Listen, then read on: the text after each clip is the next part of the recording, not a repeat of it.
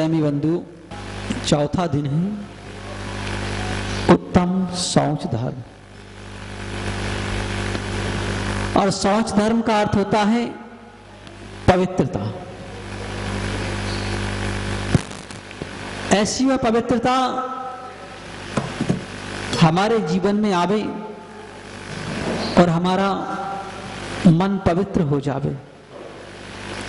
तो उस पवित्रता के लिए जब शौच धर्म हमारे अंदर उतरेगा तो पवित्रता अपने आप आ जाएगी। और शौच धर्म लोभ कसाय के अभाव में होता है। कौन सी कसाय? लोभ कसाय के अभाव में होता है। और लोभ सारी कसायों में सबसे बड़ी कसाय है, सबसे अंत में जाता है। लोभ 10वें गुण स्थान में जाकर के समाप्त होता है। उसके पहले सारी कसाएं समाप्त होना प्रारंभ हो जाती हैं। क्रोध भी हो जाता है, मान भी हो जाता है, मायाचारी भी। लेकिन लोभ जाकर के सबसे अंत में समाप्त होता है। और वह लोभ अनेक प्रकार का होता है, एक प्रकार का नहीं होता है। मान प्रतिष्ठा का लोभ होता है, ख्याति का लोभ होता है, पूजा का होता है, धन का होता है, चाह का होता है, परिजनों का होता है। तो ऐसे वह लोभ के अनेक भेद हैं कि वह अनेक प्रकार से प्रकट हुआ करता है।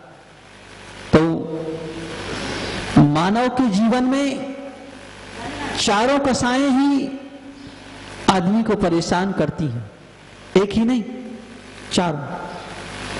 और ये कसाएं अपना अपना प्रभाव दिखाती हैं। आचार्य कुंद महाराज कहते हैं, ओहो पीड़म पणासे ही मानव बनाए नाशनो, माया मित्ते नासे ही लोहो शब्द विनाशनो।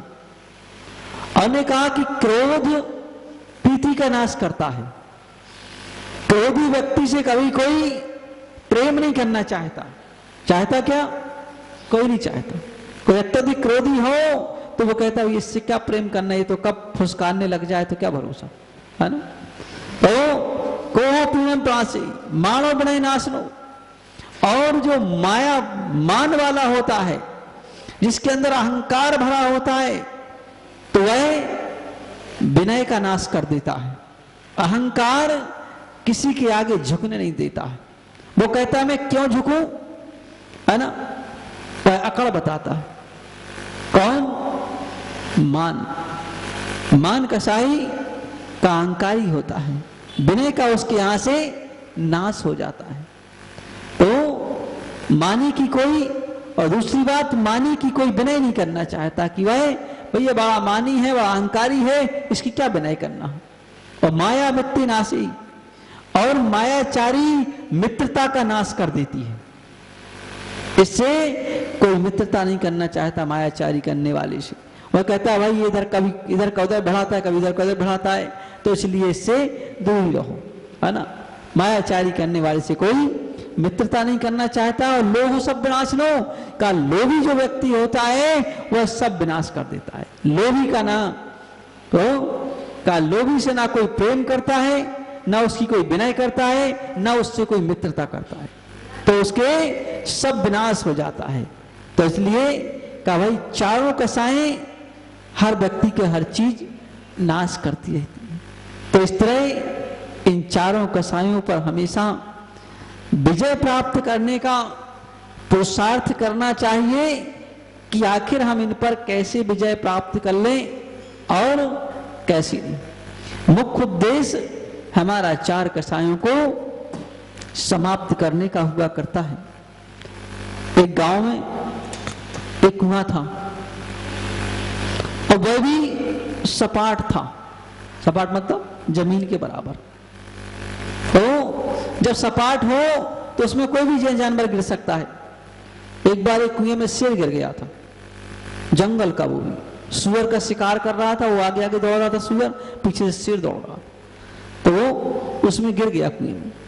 उसको देखने के लिए बहुत लोग जाते थे, हम भी गए थे। और जब वो हंकार भरता था तो आधा किलोमीटर दूर तक दौड़ते थे कि ऐसा ना पीछे आए, कुएं में डला है वो। तो एक गांव में एक कुआं था, तो वो भी सपाट था, और संयोग की बात कि उस कुएं के पास में कुछ कुत्तों में झगड़ा हो गया, और झगड़ते झगड़ते 4 कुत्ते उस कुएं में गिर गए। लेकिन एक बात मालूम है आपको कि कौन से कुत्तों में झगड़ा होता है? हाँ, जो बाहर से आ जाते ना उनमें होता है, और जो एक ही स्थान पर रहते ना वो उनमें नहीं होता। वो तो देख लेता है दूसरे से ही, ऐसी आंख खोल के अपनी पार्टी का आदमी जाने दो, है ना, उसको ही झगड़ता है। तो उन कुत्तों से एक शिक्षा ही बहुत बड़ी मिलती है कि देखो दूर के कुत्तों में झगड़ा होता है, पास को में नहीं होता है ना। तो कम से कम अपन भी एक अपनी पार्टी के व्यक्ति तुम्हें कि अपनी पार्टी के हैं, है ना, तो उनसे शिक्षा ही मिलती है। माला फेरते जाओ, सुनते भी जान ध्यान से हम क्या बोल रहे हैं। तो ऐसी शिक्षा हमें उनसे प्राप्त हो रही है। तो जब झगड़ा हो गया, कुएं में कुत्ते गिर गए, सुबह लोग पानी भरने पहुंचे, धर्मात्मा लोग, कि चलो भगवान का अभिषेक करना है, पानी ले आते हैं। तो पानी लेने जब पहुंचे तो देखा कि पानी निकाला तो कुछ बदबू आ रही है। उसने सुना कि बात क्या है भाई, इस कुएं का पानी सबसे अच्छा था, आज बदबू कैसे आने लगी? जब बदबू आ रही थी तो उन्होंने सोचा बात क्या करें भाई, अब पानी में बदबू आ रही है, करें तो करें, क्या करें, कैसे इसको शुद्ध करें? तो पंडित जी के पास पहुंच गए, बोले पंडित जी पानी गंदा हो गया, कुछ उपाय बताओ जिससे कि ये पानी शुद्ध हो जाए। बोले अरे अपने यहां मंत्र है, क्यों चिंता करते हो, सब शुद्ध हो जाएगा। तो उन्होंने कहा अच्छी बात है, बता दो मंत्र। तो उन्होंने शीघ्रता से मंत्र बता दिया, खोला। अब खोलने की क्या जरूरत थी, वो सब याद ही रहता है मंत्र पंडित जी को। तो उन्हें तुरंत मंत्र ने कागज उठाया, लिख दिया क्या है, पानी को शुद्ध करने का मंत्र। जब अपन विधान करते ना, कोई बड़ा आयोजन करते ना, तब एक कलश भरते हैं और बड़े कलश में डाल देते हैं और मंत्र पढ़ देते हैं। गंगा सिंधु आदि जो नदियां हैं ना, ओम ह्रीम मंत्र लगा दिया, शब्द लगा दिया ओम ह्रीम, तो मंत्र बन गया। गंगा सिंधु रोहित रोहित आस्था धर धर काता सीता सीतो नारी नरकांता स्वर्णकुल रूपकुल आदि, ये मंत्र पढ़ा, इन नदियों के नाम लिए, 14 आकृतिम नदियों के नाम लिए, और लेकर के जल एक कलश से दूसरे कलश में छोड़ दिया। तो उससे क्या हुआ, जल पवित्र माना जाता है, हो गया। तो उन्होंने कहा अपने यहां मंत्र है, मंत्र से शुद्धि भी होती है, क्योंकि शुद्धि अनेक प्रकार से होती है, स्नान से भी होती है, धूप से भी होती है, मंत्र के द्वारा भी होती है। तो उन्होंने कहा इससे शुद्ध हो जाएगा। तो उन्होंने मंत्र लिया और जाकर के कुएं पर पहुंचे, कलश में जल लिया, मंत्र पढ़ के कुएं में पानी छोड़ दिया। अब फिर निकाला पानी तो देखा कि गंदा का गंदा है, उसमें तो कोई अंतर ही नहीं आया। जब अंतर नहीं आया तो बोले अब क्या बात है, ऐसा तो नहीं है कि अपन ने मंत्र गलत पढ़ दिया हो, क्योंकि जिनागम में तो लिखा हुआ है ना ही मंत्रोक्षण्यो नेहंती विषवेदनाम। और कहा अगर मंत्रहीन हो तो विष की वेदना दूर नहीं करता है। ऐसे मंत्र में अगर एक अक्षर या मात्राहीन हो जाए तो वह मंत्र काम नहीं करता है, अपने फल को प्राप्त नहीं कराता है। तो ऐसा ना हो कि कहीं मेरे द्वारा ये मंत्र त्रुटि से युक्त हो गया हो। फिर से पढ़ा, फिर पानी डाला, लेकिन कोई परिवर्तन नहीं आ रहा है। बात क्या है, स्थिति ज्यों की त्यों चल रही है, कोई परिवर्तन दिखाई नहीं दे रहा है, पानी शुद्धि नहीं हो रहा है। पंडित जी के पास वापस पहुंचे, बोले पंडित जी ये तो बताओ, ये मंत्र आपने सही लिखा कि नहीं लिखा, इसमें कोई कमी तो नहीं है? बोले क्यों? बोले मैं बार बार मंत्र पढ़ करके जल छोड़ता हूं, लेकिन जल की शुद्धि नहीं हो रही है, बदबू ज्यों की त्यों आ रही है। पंडित जी ने कहा हमने तो मंत्र सही लिखा हुआ है, आप ये बताओ कि आपने सही पढ़ा कि नहीं पढ़ा? बोले हमने बिल्कुल सही पढ़ा है, हमने कहा इसे परिवर्तन किया हुआ है। और बोले आपने सही पढ़ा और हमने सही लिखा, तो फिर इसके बाद भी क्यों परिवर्तन नहीं आ रहा है? पंडित जी ने पूछा धीरे से, ये तो बताओ कि तुमने उस कुएं से कुत्ते निकाले कि नहीं निकाले? हाँ? बोले आपने कहा था कुत्ते निकालना है। और तो पंडित जी बोले हमें क्या पता कि तुम झांसी वाले इतने विद्वान हो, हाँ? कि कुत्ते निकालोगे नहीं और कहोगे पानी साफ हो जाए, शुद्ध हो जाए, तो मुझे क्या पता है? तो पंडित जी ने कहा भैया पहले कुत्ते निकालो, पुराना पानी साफ करो, फिर नया पानी जो आएगा उसका शुद्धिकरण के लिए मंत्र से द्वारा शुद्धि हो जाएगी। तो आपने इतनी सारी प्रक्रिया कहां बताई? बोले तो ये तो एक दृष्टांत है ना। दृष्टांत है कि हमारी आत्मा रूपी कुआं है, उसमें 4 कसाय रूपी कुत्ते पड़े हैं, क्रोध मान माया और लोभ रूपी कुत्ते पड़े, और हम वो कुत्ते निकालते नहीं हैं और लगे माला जपने, लगे मंत्र पढ़ने, है ना। क्या करने लगे? भगवान को खूब नहलाने, भगवान श्रीमद जिनेंद्र मविजन, है ना। तो वो कुत्ते तो निकालते, उसकी तरफ इशारे, सब सामान्य बात चल रही, किसी की व्यक्तिगत बात नहीं है। तो कहा कि वो कुत्ते हम निकालते नहीं हैं और फिर लगे खूब भगवान का स्नान करने और खूब लगे माला जपने और खूब लगे पूजा करने, है ना। तो कहा भैया इससे आत्मा पवित्र नहीं होगी। आत्मा पवित्र करना है तो पहले अंतरंग से इन कुत्तों को निकाल दो, दूर कर दो, कि ये जब तक नहीं निकलेंगे तब तक परिवर्तन नहीं आएगा।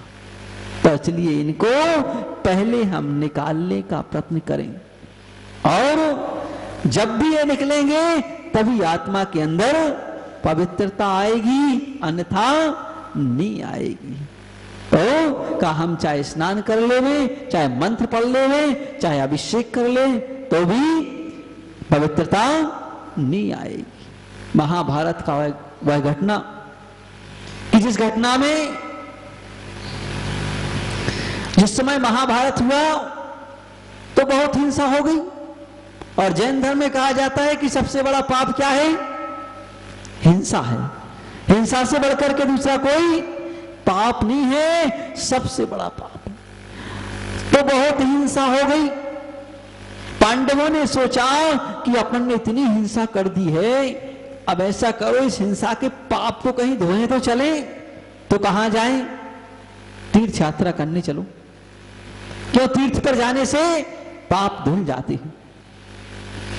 तो पाप धोने के लिए गए, और जब वहां पहुंचे तो जब पाप धोने का ऐसा करते हैं, तीर्थ यात्रा को चलते समय इसमें हमारे सारथी कौन थे? पांडवों के सारथी कौन थे? श्री कृष्ण, है ना। अर्जुन के सारथी श्री कृष्ण बने हुए थे ना, तो उनके सारथी श्री कृष्ण थे। किनके सारथी? पांडवों के, अर्जुन के सारथी श्री कृष्ण रथ हाँकने वाले। तो वो सारथी थे, तो उन्होंने कहा चलो अपने बड़े भाई भी हैं जी और साले भी हैं, दोनों ही हैं, तो चलो इनसे डबल रिश्ता है, इनको भी ले चलते हैं। तो उनके पास पहुंचे, बोले भैया आप भी चलो। बोले कहां? बोले तीर्थ यात्रा के लिए। उन्होंने कहा मेरे पास अभी टाइम नहीं है। उन्होंने कहा क्योंकि मैं तुम्हारे युद्ध में लगा रहा और अब मुझे इतना 3 खंड का राज्य देखना है, मेरे पास इतना टाइम कहां है, मैं नारायण हूं और मेरे पास समय नहीं है, आप लोग कराइए, जब मुझे अनुकूलता होगी तो मैं चला जाऊंगा। उन्होंने कहा नहीं भैया आपको तो चलना ही पड़ेगा, आप हमारे सारथी थे, युद्ध में आपने हमारा संचालन किया, तीर्थ यात्रा भी संचालन करो। उन्होंने कहा भैया मेरे पास टाइम नहीं है, आप कराओ। जब नहीं माने वो तो जबरदस्ती करने लगे, तो एक उन्होंने तुम ही पकड़ा दी। बोले ये ले जाओ, ये प्रतिनिधि हो जाएगा, इसको मान लेना कि हम ही हैं। उन्होंने कहा चलो भाई, कुछ नहीं से कुछ तो है ना, something is better than nothing, कुछ नहीं से कुछ तो है भाई। तो उन्होंने कहा चलो भाई, इतना तो है कि साथी कोई तो मिला, प्रतिनिधि तो मिला। और अपने यहां भी ऐसी व्यवस्था है कि नहीं है? अपन स्थापना निक्षेप करते कि नहीं करते? अत्र प्रतिष्ठा स्थापनम, है ना। तो स्थापना निक्षेप से क्या करते हैं? उसमें लौंग में भी, पुष्प में भी भगवान की स्थापना कर लेते हैं। इसको स्थापना निक्षेप कहते ना। अपन जैसे पत्थर पाषाण की प्रतिमा में भगवान मान लिए ना, ऐसे स्थापना दो प्रकार की होती है, एक तदाकार, एक अतदाकार, है ना। तो ये अतदाकार स्थापना कहलाती है कि हम लौंग को और ठौने पर रख करके स्थापना करते हैं, या पुष्प को रख करके स्थापना करते हैं। तो ये अतदाकार स्थापना के अंतर्गत आता है। तो ऐसे ही उन्होंने कहा चलो ये भी अतदाकार स्थापना है, मान लेते हैं कि ये श्री कृष्ण जी हैं, और उनको साथ ले चलते हैं, और वो साथ लेकर के चलना प्रारंभ करते।